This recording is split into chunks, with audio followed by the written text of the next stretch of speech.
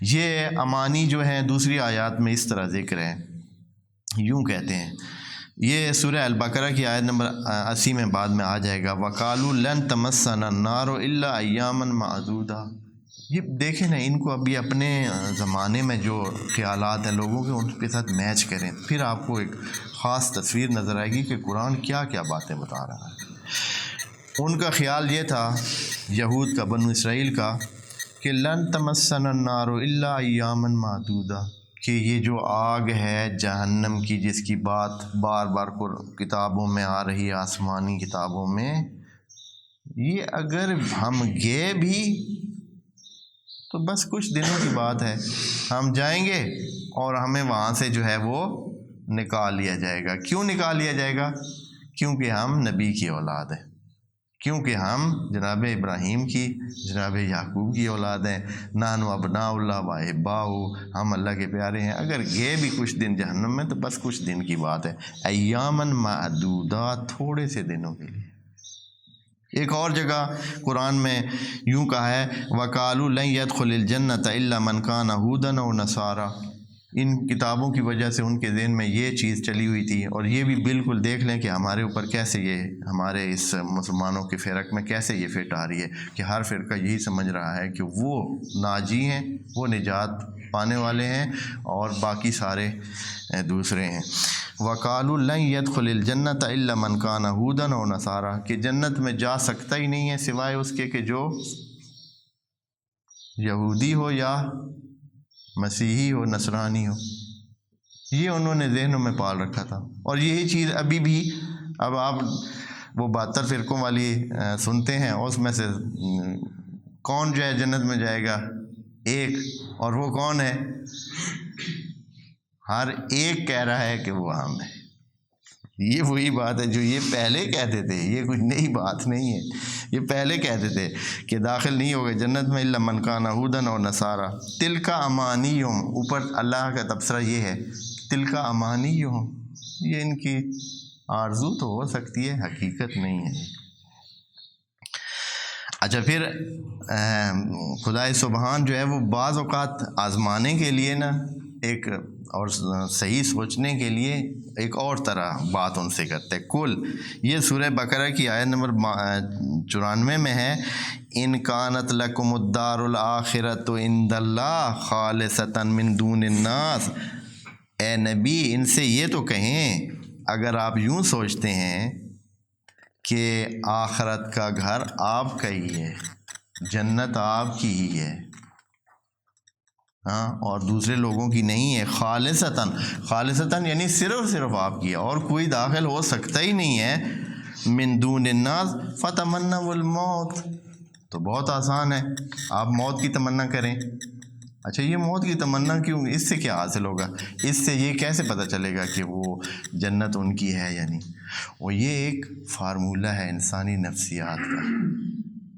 انسانی نفسیات کا فارمولہ یہ ہے کہ انسان اپنے احساسوں کے پاس جانا چاہتا ہے، جو بھی اس کی قیمتی احساس ہے، وہ چاہتا ہے کہ وہ ان کے پاس ہو۔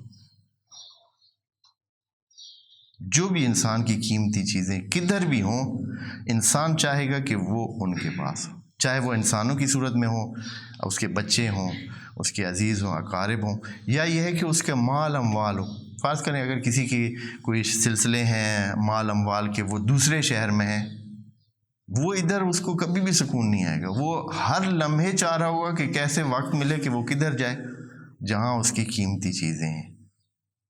اور نبی کی یہ حدیث آپ دوستوں نے سنی ہوئی ہوگی کہ کچھ لوگوں نے کہا کہ اے نبی، بڑا ہی مشکل ہے آخرت کے بارے میں سوچنا، دل ہی نہیں کرتا ہے ادھر جانے کا، اور مرنے کو تو خصوصاً بالکل بھی دل نہیں کرتا۔ تو انہوں نے جواب دیا کہ اس کی وجہ یہ ہے کہ ادھر آپ کا کچھ ہے نہیں، جن کا ہے ادھر وہ تو بڑا چاہ رہے ہیں کہ کب ہو ادھر جائیں جدھر ان کا سب کچھ ہے۔ اگر ادھر جن کا سب کچھ ہوگا تو وہ تو ہر لمحہ یہاں زندگی میں ان کا مشکل ہے۔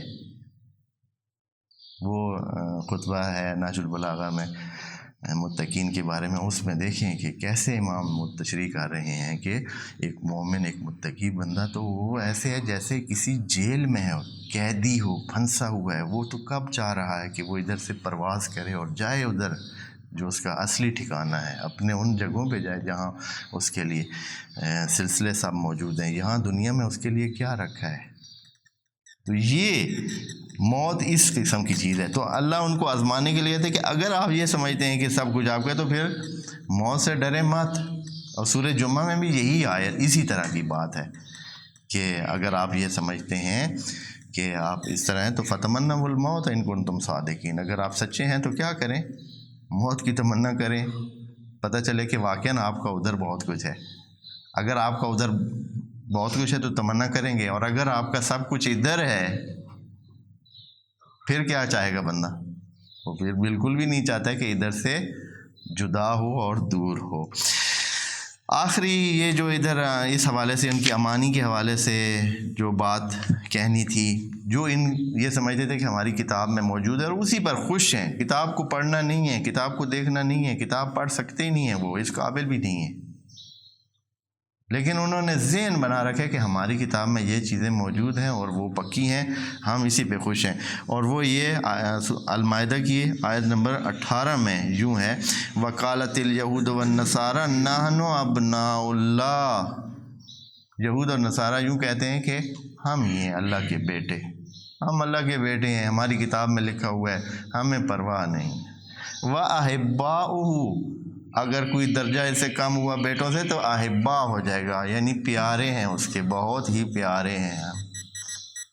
اور یہ خوشگمانی مسلمانوں میں بھی بطور عتم جو ہے موجود ہے، اور یہی سلسلہ چل رہا ہے. اور ان چیزوں کا یہاں قرآن میں ذکر ہونا یہ اس لیے ہی ہے کہ یہ امراض، یہ بیماریاں، یہ غلط سوچیں، یہ اس قسم کی نفسیات، یہ جاہلانہ انداز یہ پچھلی قوموں میں آیا ہے. اے مسلمانوں، آپ اس سے بچ کے رہنا. لیکن کاش کہ کوئی اس طرف، قرآن کی طرف آتا اور ان باتوں کو سمجھتا.